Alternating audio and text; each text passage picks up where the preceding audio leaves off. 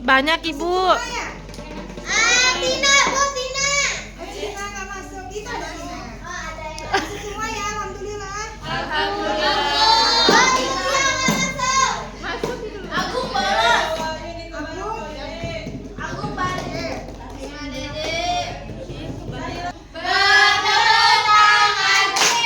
Buka tutup, buka tutup. Tepuk tangan lagi. Digulung-gulung, digulung-gulung. Lalu tersenyum gigi. Digulung-gulung, digulung-gulung. Lalu tertawa.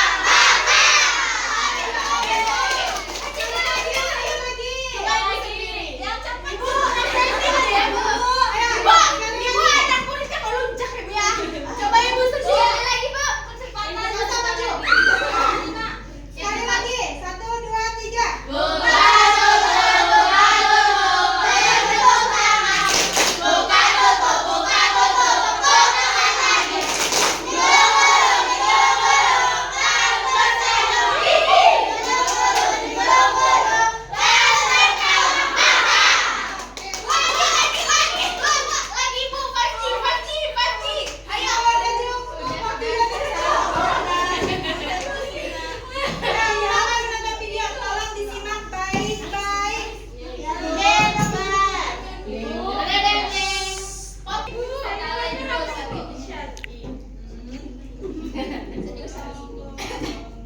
Di sini ada perbedaan, ada yang memakai jilbab semi dan yang mengikuti tren fashion. Kalau tren fashion kayak Marsha ya. Sesuatu historis.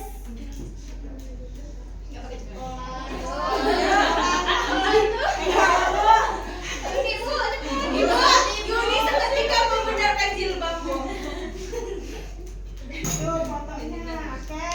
Tuh.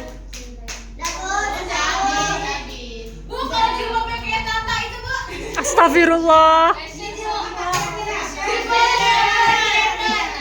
Fashion. Jadi apa ada yang bisa nyimpulin nggak? Ayo ini. Antara dua orang, yang satunya memakai hijab sepenuhnya, dan yang satunya kayak Marsha the Bear yang ling-ling-ling itu. Jadi kita tidak boleh mencontoh yang hijab ling-ling-ling itu. Kita bolehnya hijab syar'i, dan yang ling-ling tadi tuh kayak Uzza cepolnya gede. Mana cepol gede? Oke, tepuk tangan dulu buat Dini. Jadi yang seharusnya kita gunakan sebagai kita muslim dan muslimah itu yang mana? Yang syar'i apa yang fashion?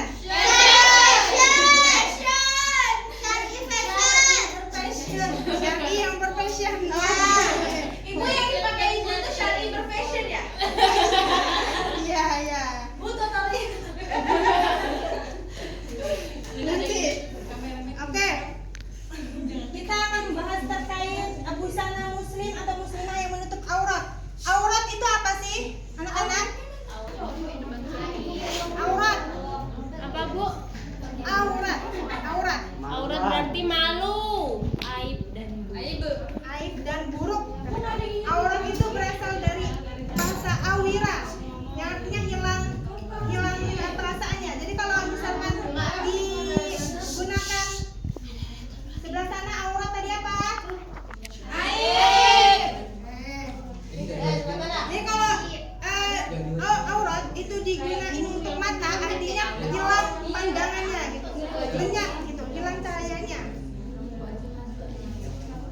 Kalau jilbab itu sebuah pakaian yang longgar untuk menutup seluruh tubuh perempuan kecuali muka dan telapak tangan. Jadi perempuan auratnya dari mana ke mana? seluruh tubuh kecuali muka dan telapak tangan. Kalau cewek Bu. Kepala Ibu.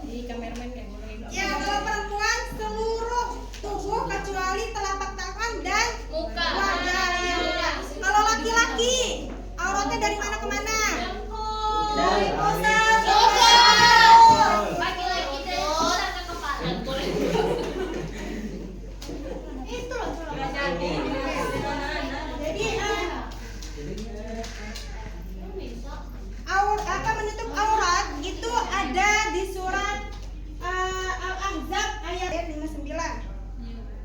Ada yang mau bacain? Yunita.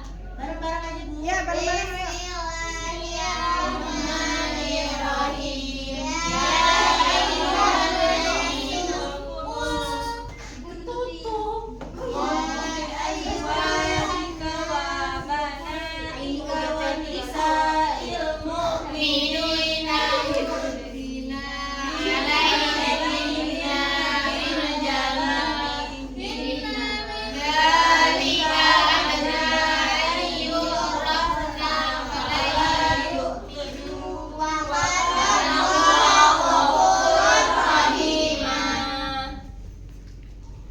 Yang artinya itu wahai Nabi, katakanlah kepada istri-istrimu, anak-anak perempuanmu dan istri-istri orang mukmin, hendaklah mereka menutupkan jilbabnya ke seluruh tubuh mereka.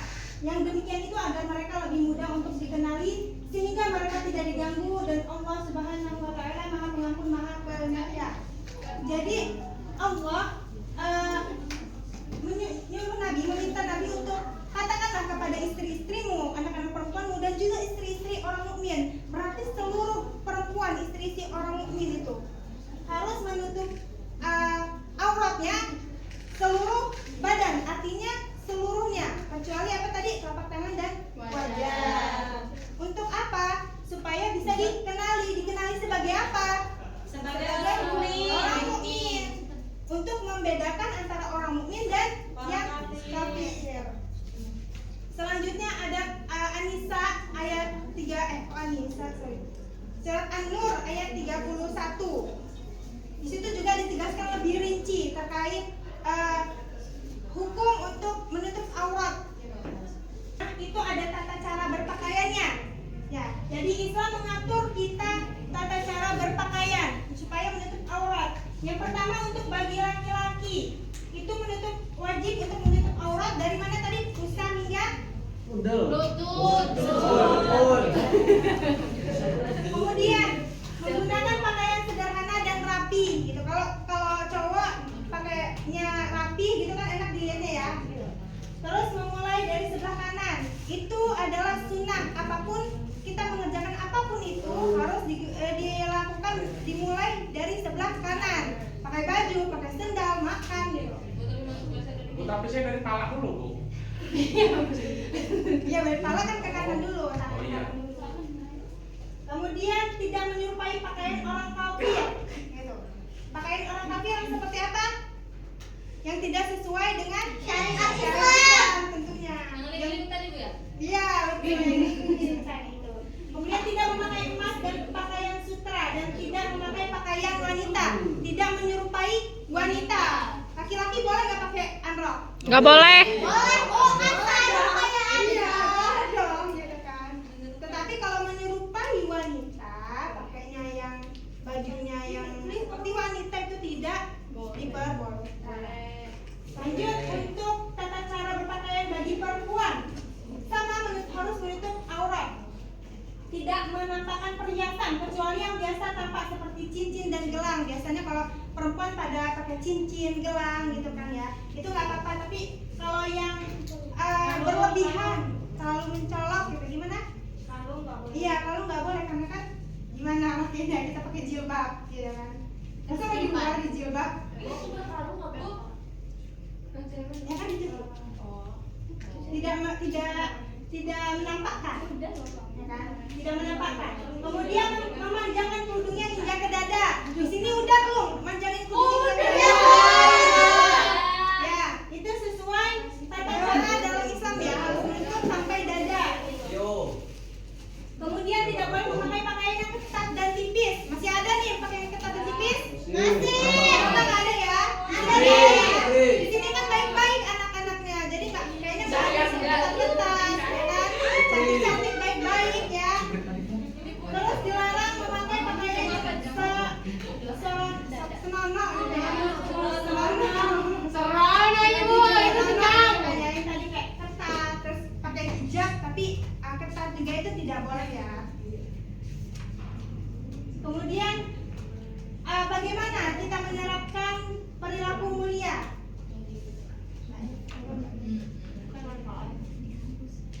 Yang pertama itu sopan santun dan ramah tamah, jujur dan amanah, gemar beribadah, gemar menolong sesama, menjalankan amar ma'ruf nahi mungkar. Oke. Selanjutnya ibu mau buat 2 kelompok. Kita akan ada ributnya dari Allah. 2 kelompok. Kalau berhitung lama kan? Bagi aja, Bu. Bagi aja ya.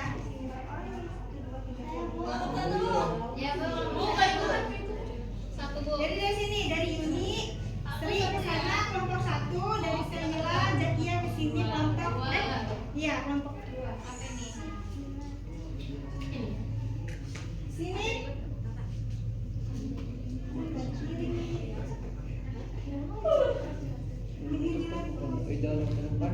Di sini ada studi kasus.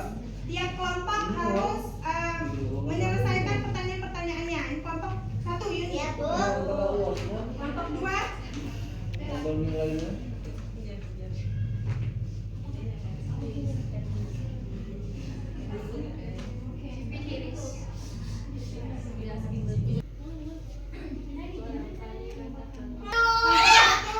Ayo silakan. Dibaca nggak tadinya? Sini maju. Sini aja Bu. Sini maju. Kamu jalan maju, apa yang ngomong? Diri kalau nggak diri. Sini aku aja. Ya. Teman-teman dengerin aku. Tadi kasusnya dibaca nggak Bu? Boleh dibaca. Biar tahu. Jadi di sini kelompok 1 mendapatkan studi kasus, judulnya yaitu Aisyah adalah siswa SMA yang aktif di media sosial. Ia mulai mengikuti tren berpakaian modest Bu. Modest fashion Bu. Iya, model gitu. Yang longgar dan menutup aurat, tetapi terkadang menggunakan pakaian ketat atau berlapis transparan demi mengikuti tren dan mendapatkan banyak like. Jadi pertanyaan yang pertama, apakah diam ya yang di depan? Apakah pakaian Aisyah sudah mencerminkan ajaran Islam dalam menutup aurat? Belum. Kan nggak disuruh kenapa kan Bu? Berarti belum. Singkat saja singkat. Belum. Kan ibu katanya masih kenapa? Kan? Iya. Lapar Bu. Bagaimana cara membedakan antara berpakaian syar'i dan sekadar mengikuti? Bagaimana cara membedakan antara berpakaian syar'i dan sekadar Saya mengikuti juga mau tren? bantuin, boleh Jadi nggak? ya Bu ya, cara membedakan antara berpakaian syar'i dan sekadar mengikuti tren itu ya berpakaian itu apa adanya Bu, tidak mengikuti zaman ke zaman. Jadi ya kalau misalnya contoh nih ya Bu ya, kita mau ngikuti tren tapi kita belum punya untuk mendapatkannya gitu. Jadi kita tidak boleh mengikuti tren. Tapi kalau kita mengikuti, nah itu cara membedakannya Bu. Jadi berpakaian syar'i itu sesuai dengan apa yang kita miliki dan tidak mengikuti tren gitu Bu. Paham. Dan nggak ditanyakan Bu mengapanya? Nah, sampai sini kalian Ya, paham. belum satu lagi. Belum. Apa dampaknya jika niat berpakaian lebih mengutamakan penilaian manusia daripada ridha Allah? Berarti dia semata-mata Bu, berpakaian itu hanya ingin bagus di depan manusia, tetapi tidak di depan Allah. Ya. Jadi dampaknya Bu, dampaknya dia ria. Iya, oke. Tepuk tangan. Ada 1, 2, 3, 4, dan Kelompok 2 tepuk tangan cuma jijak. Kalau enggak jijak kelompok bang aku tangan. Tadi kasusnya, Salma adalah guru yang selalu tampil rapi dengan busana muslimah yang longgar dan sopan. Banyak siswi yang terinspirasi dan mulai mengubah gaya berpakaian mereka mengikuti contoh Bu Salma. Namun, ada pula yang merasa terkekang dan menganggap hal tersebut tidak cocok untuk anak muda. Seperti ini, apa pengaruh keteladanan dalam berpakaian terhadap lingkungan sekitar? Jawabannya ada di Yunita. Yang signifikan terhadap lingkungan sekitar, khususnya di lingkungan pendidikan. Pengaruh tersebut yaitu memberikan inspirasi positif, kemudian membangun budaya berpakaian yang baik, kemudian menguatkan identitas keislaman, kemudian menumbuhkan kesadaran diri. Nah, itu. Kemudian yang kedua Bu, ada cara menyampaikan pentingnya berpakaian. Bu, bener. Pendekatan yang bijak ya, remaja itu jati diri, sehingga pendekatan harus lembut, relevan dan membumi. Itu menggunakan pendekatan dialogis dan empatik, kemudian tampilan sisi indah dan elegan dari busana syar'i. Ya seperti itu, Bu. Bu, udah. Itu kepala, ini anak buah juga. Tepuk tangan dulu untuk kelompok 2.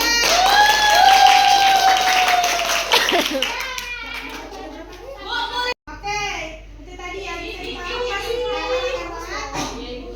Jadi menutup aurat itu bukan sekedar aturan, tapi bentuk penghargaan terhadap diri kita sendiri. Betul apa betul? Betul. Oke, ada sampai sini ada yang mau bertanya? Bu, ini menutup aurat kamu. Menutup ya. Tidak ada ya?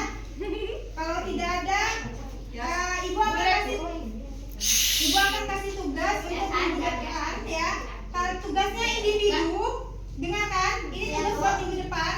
Tugasnya individu, kalian harus menulis artikel pendek terkait mengapa sih saya itu harus berpakaian sesuai syariat, berpakaian syar'i gitu, berpakaian yang menutup aurat gitu.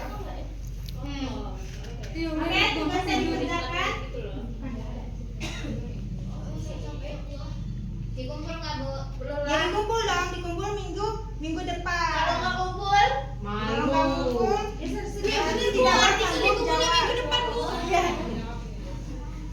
Oke, karena tidak ada pertanyaan lagi ya. Ya, Bu.